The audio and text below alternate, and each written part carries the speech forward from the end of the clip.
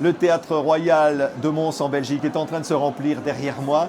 Bienvenue au Festival international du film d'amour. Invité d'honneur cette année, Vladimir Cosma. On a tous en nous l'une de ses musiques de film. Il en a composé 300-400. Elles sont inoubliables. Vladimir Cosma est notre invité.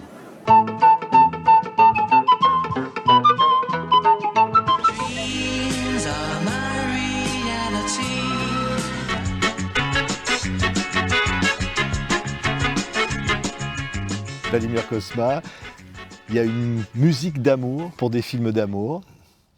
Bah, écoutez, il y a une musique. La musique s'exprime plus facilement dans les sujets lyriques, d'amour, sentimentaux, que dans la comédie. Moi, j'ai souffert toute ma jeunesse parce que j'ai été catalogué de musicien de comédie à la française.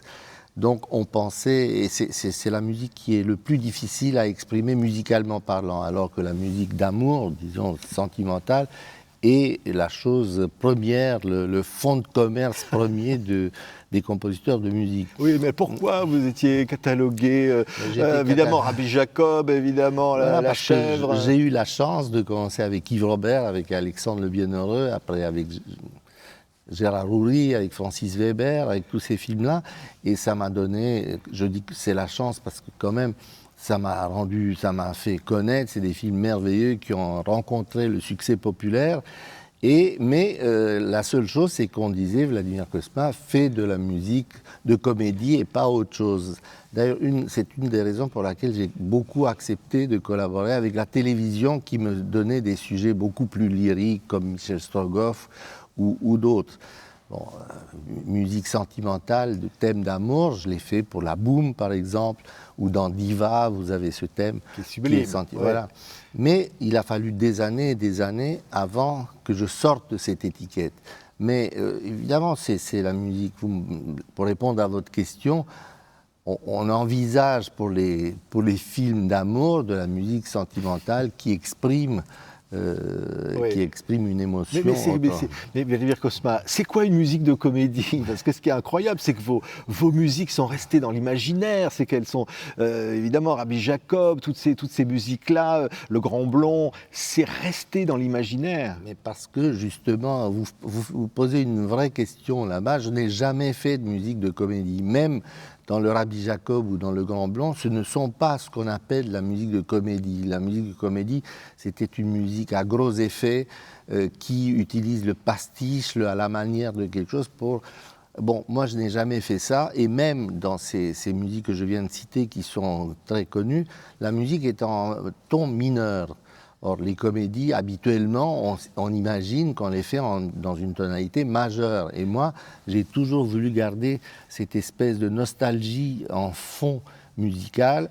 Et donc, je n'ai pas fait ce qu'on appelle de la musique de comédie. Et c'est pour ça qu'il y a aussi de la musique d'amour dans mes musiques de comédie. Ça vient d'où? Ça vient de vos racines roumaines? Ça vient de quoi de ma tristesse innée slave, de mon sentiment de souvenirs d'ailleurs, de ma situation d'émigré, de quelqu'un qui a quitté, qui va vers ailleurs et qu'il ne trouve pas cet ailleurs, puisqu'en fait, je ne suis pas ce que je sais, sauf quand je me trouve devant des musiciens, et avec des musiciens, c'est mon pays. Et là, j'oublie un peu le sentiment d'appartenance. Oui. Mais vous appartenez au film. Vos musiques appartiennent aux réalisateurs. Je l'ai fait pour les films, grâce aux films. Elles naissent grâce aux films. D'ailleurs, la plupart des musiques que les compositeurs ont écrites à travers les siècles, que ce soit Bach, il a écrit grâce à l'Église, grâce aux commandes qu'il a eues du clergé pour écrire toutes les semaines une cantate. Beethoven écrivait pour les bourgeois, des trios l'archiduc pour la royauté. Pour ça. Donc nous, c'est le cinéma, depuis un siècle, c'est le cinéma qui a remplacé les rois, qui a remplacé l'Église et qui nous commande à nous la musique. Donc, je suis reconnaissant à mes employeurs. Oui, c'est-à-dire Yves Robert, c'est-à-dire Gérard Houry. Voilà, tous ces grands metteurs en scène, Claude Pinoteau, Molinaro.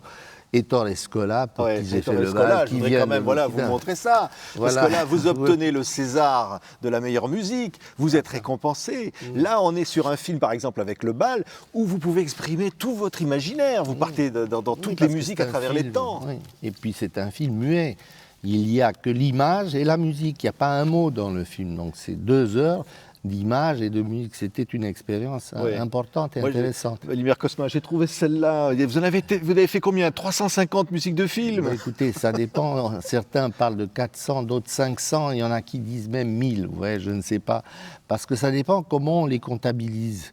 Ouais, depuis 3 ans, j'ai fait 100 musiques de films pour Jean-Pierre Mocky. Parce que lui, il fait 10 films par an, 12 films par an.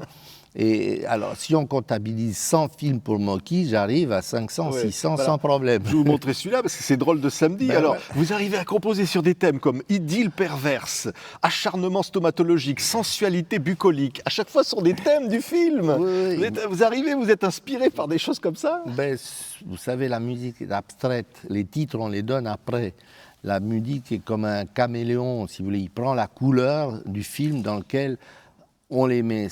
C'est pas le contraire. Vous allez mettre une symphonie de Mozart sur un film d'amour, ça devient de la musique d'amour. Vous la mettez sur un film de suspense, elle devient musique de suspense. Si, c'est compliqué. C'est quoi une musique réussie? C'est une musique qui sort du film? C'est une musique qui appartient au film, qui est comment? C'est un mélange? Pour moi, c'est une musique d'abord qui est faite pour un film, donc elle doit servir le film, mais ensuite, elle doit être valable par elle-même.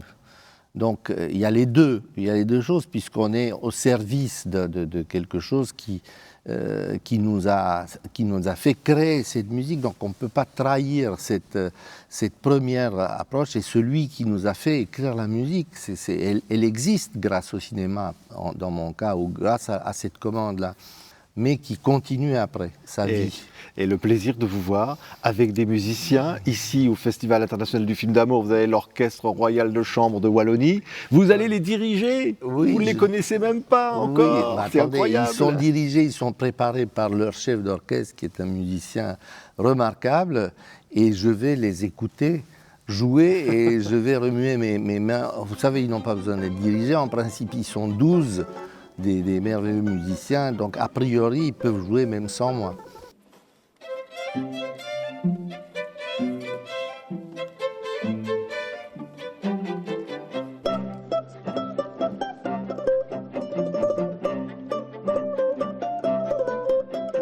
Vladimir Cosma, donc invité d'honneur du Festival international du film d'amour de Mons avec TV5 Monde. Merci beaucoup, Monsieur Cosma. Merci à vous, Patrick.